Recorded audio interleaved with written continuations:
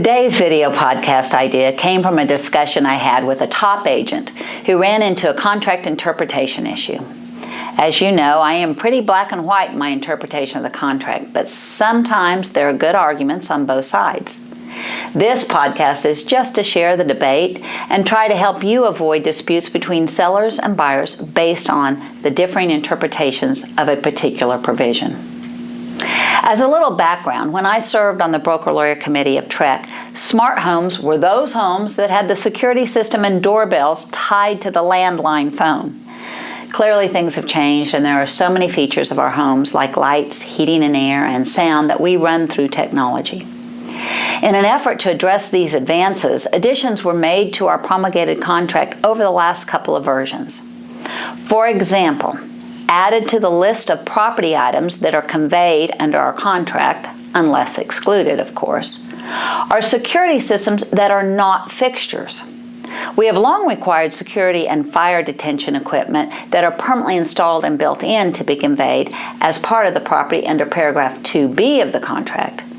But now, security systems, which include equipment that are not fixtures, are also included under property to be conveyed under paragraph 2C. The list of accessories in paragraph 2C has long required that all controls for the items conveyed under the improvements, fixtures, and accessories paragraph be left with the property. In the effort to cover controls used to operate the new smart devices, the contract now defines controls to include sellers' transferable rights to the software and applications used to access and control the improvements or accessories, and hardware used solely to control improvements or accessories. Well, what does that mean? We use our computers, iPads, or cell phones to control our thermostats, lights, security systems, and so forth. Do we have to leave those items under this provision?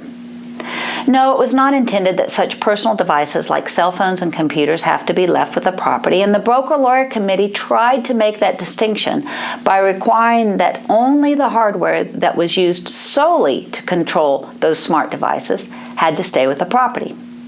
Cell phones, iPads, computers are not used solely to control these items.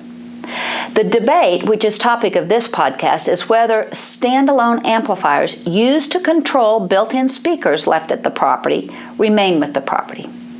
Buyer argued those amplifiers have to stay because without them the speakers did not work. The seller argued those amplifiers are freestanding, are not built in, and can be replaced by other amplifiers. Yes, they are used to control the speakers, but are also used to enhance the sound. Whether enhancement alone is sufficient to argue that the amplifiers were not used solely to control and therefore did not stay with the property is something to ponder. I don't think the intent of the contract drafters was to require such items as freestanding amplifiers to stay with the property, but the argument was made. Both sides to this issue had compelling arguments. My point to presenting this to you today is just to make you aware of a potential issue when it comes to technology and controls for these smart devices.